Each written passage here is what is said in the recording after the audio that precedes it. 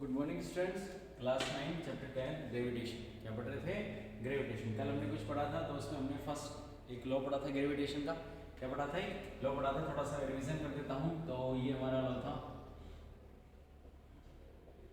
m1 m2 upon r square, या r ना लेके हम क्या लेके चलते हैं, डी स्क्वायर। कल हमने ये पढ़ा था, ठीक है, कि यूनिवर्स में कोई एक ऑब्जेक्ट दूसरे ऑब्जेक्ट को क्या करता है, अट्रैक्ट करता है। क्या करता है? अट्रैक्ट करता है। जैसे मान लेते कोई ए ऑब्जेक्ट, ये हो गया, ये हो गया, इसका मास हो गया m1, कोई बी ऑब्जेक्ट ये हो गया और इसका मास हो गया m2। क्या हो गया? m2। यूनिवर्स में कोई भी दो ऑब्जेक्ट है, ए और बी, दोनों के मास क्या हो गए, m1 और m2। अब इनके बीच की जो डिस्टेंस है वो हमने क्या मान ली, d। क्या मान के चलिए, d। तो अब ये मानते हैं यूनिवर्स में कोई दो ऑब्जेक्ट एक दूसरे को क्या करते हैं, अट्रैक्ट करते हैं। क्या करते हैं? अट्रैक्ट। तो इनके मिड में, इनके मध्य में जो लगने वाला अट्रैक्शन फोर्स है वो प्रोपोर्शनल होगा मास के मल्टीप्लाई के, और इनवर्सली प्रोपोर्शनल होगा जो इनके बीच में डिस्टेंस है उसके स्क्वायर के।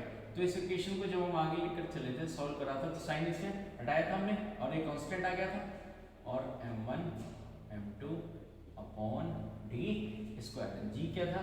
Universal gravitation constant.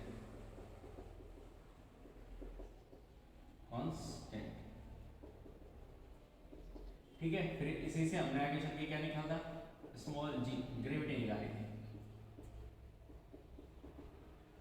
जी क्या था? जी था हमारा ग्रेविटेशनल एक्सेलरेशन।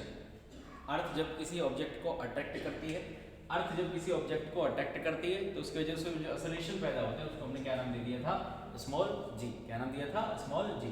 ये कल हमने क्या पढ़ा था। अब इसको कैलकुलेट करते हैं। क्या करते हैं? इसको कैलकुलेट करते हैं।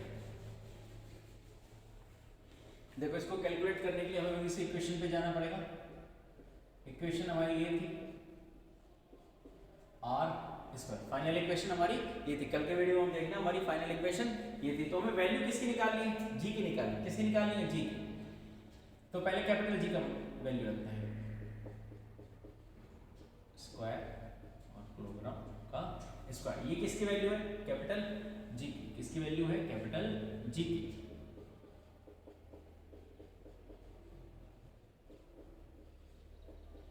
ठीक है, ये कैपिटल जी की वैल्यू है। कैपिटल जी क्या है? कांस्टेंट है। क्या है? कांस्टेंट। और कांस्टेंट की वैल्यू कभी भी नहीं बदलती है। अब बात किसकी करते हैं? m की बात करते हैं। किसकी बात करते हैं? m की।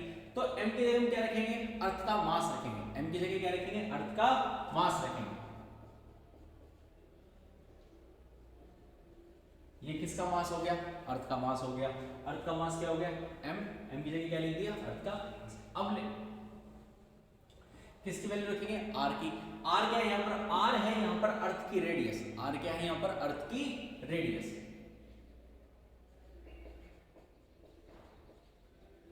ये r और ये क्या हो गया? इसका स्क्वायर। क्या हो गया? इसका स्क्वायर। तो इन सबको जब हम कैलकुलेट करेंगे तो फाइनली हमारे पास जो वैल्यू आएगी, हमारे पास जो वैल्यू आएगी वो ये आएगी। ठीक है, ये स्मॉल जी की वैल्यू हमें कैलकुलेट करनी थी। स्मॉल जी की वैल्यू कैलकुलेट करने के लिए हमने सबसे पहले किसकी वैल्यू पुट करी? कैपिटल जी की। ये कैपिटल जी की वैल्यू हो गई, ये इसकी क्या हो गई? यूनिट हो गई। फिर m, m क्या है यहाँ पर? Mass of earth. m क्या है यहाँ पर? Mass of earth. Mass of earth वो हमें 6 × 10⁻24 किलोग्राम। ठीक है। r क्या है यहाँ पर? Radius of earth. r है रेडियस ऑफ अर्थ। r क्या है? Radius of earth. ठीक है। g की वैल्यू रख दी हमने, m की वैल्यू रख दी हमने, r की वैल्यू रख दी हमने, और हम कैलकुलेट किसकी वैल्यू कर रहे हैं? स्मॉल g की। किसकी कर रहे हैं? स्मॉल g की। तो फाइनल जो हमारे पास वैल्यू निकल कर आती है वो क्या आती है? 9.8 मीटर पर सेकंड स्क्वायर। ये हमारी किसकी वैल्यू हुई? स्मॉल g की। किसकी वैल्यू हुई? Small g। अब इधर देखो, दो वर्ड आएंगे हमारे सामने। दो वर्ड कौन कौन से आते हैं? एक वर्ड आता है हमारे सामने मास, एक वर्ड आता है हमारे सामने मास, और एक वर्ड आता है हमारे सामने वेट। एक वर्ड आता है हमारे सामने मास और एक वर्ड आता है हमारे सामने वेट। तो मास क्या है? Measure of inertia.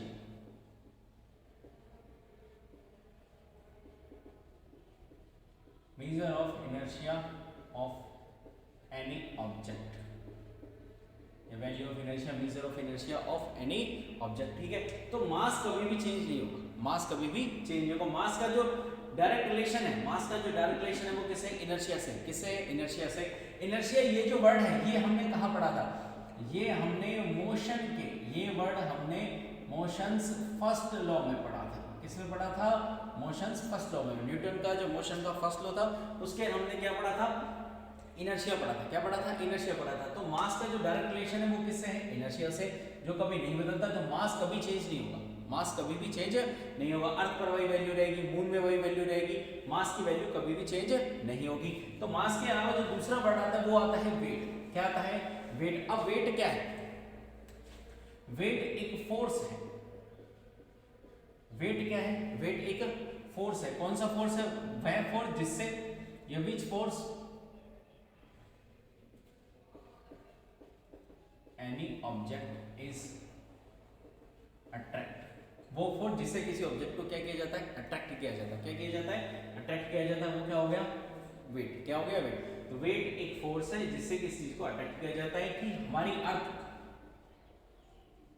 हमारी अर्थ जिस फोर्स से किसी ऑब्जेक्ट को, हमारी अर्थ जिस फोर्स से किसी ऑब्जेक्ट को अपनी तरफ क्या करती है, अट्रैक्ट करती है, वही क्या होता है, वेट। वही क्या होता है, वेट। तो अगर फोर्स की हम बात करें, देखो F तो बराबर क्या हो गया, ma। फोर्स का जो फॉर्मूला होता है वो क्या होता है, F बराबर ma। ठीक है, ये हमने एक सिंपल फॉर्मूला लिखा, ये हमने फोर्स का एक सिंपल फॉर्मूला लिखा है। अब हम ये कह रहे हैं कि अर्थ किसी ऑब्जेक्ट को अट्रैक्ट कर रही है, तो अर्थ अट्रैक्ट करेगी तो अर्थ की वजह से जो एक्सेलरेशन पैदा होगा वो a नहीं होगा। अर्थ की वजह से जो एक्सेलरेशन पैदा होगा वो a नहीं होगा, वो क्या होगा, स्मॉल g। तो फॉर्मूला कैसे चेंज हो जाएगा, F बराबर mg। F बराबर mg। F क्या है, वो फोर्स है जिससे अर्थ किसी ऑब्जेक्ट को अट्रैक्ट कर रही है। m क्या है, किसी ऑब्जेक्ट का मास है। g क्या है, g वो एक्सेलरेशन है, जो g वो एक्सेलरेशन है जिसकी वजह से जैसे अर्थ ने किसी ऑब्जेक्ट को अट्रैक्ट किया तो उस वजह से उसमें जो एक्सेलरेशन पैदा हो रहा है वो a ना होकर क्या लेकर चलेंगे, g, स्मॉल g। तो फोर्स, वेट। अब यहीं से अगर इसी इक्वेशन को जैसे मान लेते हैं F बराबर mg, फोर्स ही क्या हुआ, फोर्स ही वेट हुआ। तो इक्वेशन क्या हो जाएगी हमारे सामने, mg। ये हमारे सामने सेकंड इक्वेशन आ गई, ठीक है। ये हमारे सामने वेट जो हमने वर्ड लिखा था उसके बारे में हमने देख लिया, W बराबर mg। W बराबर mg, वेट बराबर क्या हो गया, mg। तो वेट एक फोर्स है, वो फोर्स है जिससे अर्थ किसी ऑब्जेक्ट को क्या करती है, अट्रैक्ट करती है। क्या करती है, अट्रैक्ट करती है।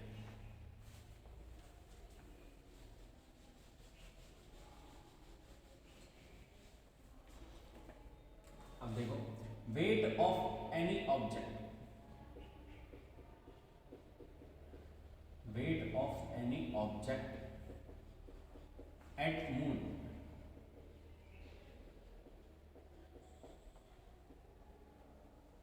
Weight of any object at moon. तो इसके लिए हमारी वही इक्वेशन आएगी, जैसे कुछ वर्ड से लेकर चलते हैं हम। मान लेते हैं ऑब्जेक्ट का जो मास हो वो क्या हुआ, स्मॉल m। क्या हुआ, स्मॉल m। मून का जो मास हो, मून का जो मास हो वो हमें क्या लेकर चला, m।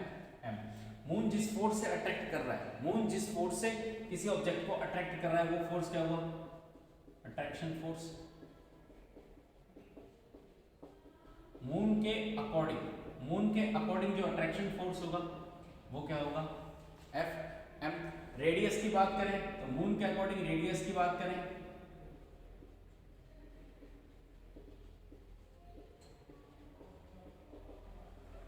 मून के अकॉर्डिंग हम रेडियस की बात करें तो क्या आ जाएगी, rm।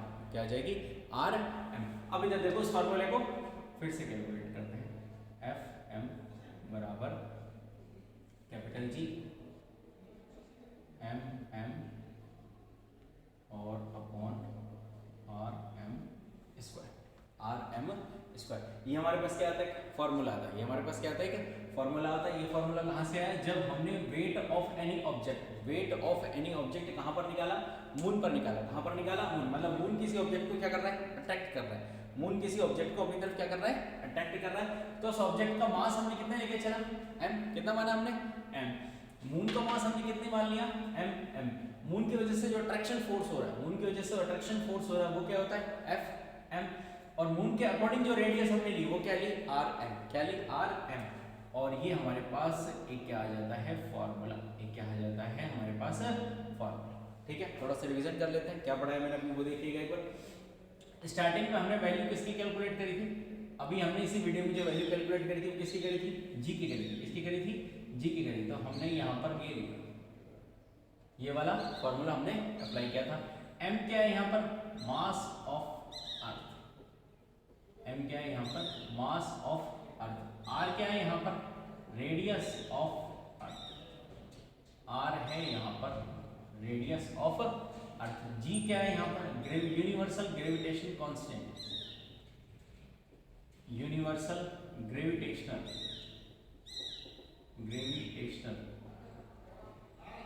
Universal gravitational constant. ठीक है, जी क्या हुआ यहाँ पर, ग्रेविटी। इसी की वैल्यू हमें क्या करनी थी, कैलकुलेट करनी थी।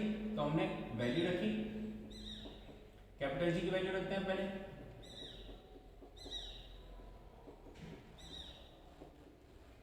फिर m की वैल्यू रखते हैं। m क्या है, मास ऑफ अर्थ। अब m की वैल्यू रखते हैं और अब रेडियस की वैल्यू रखते हैं।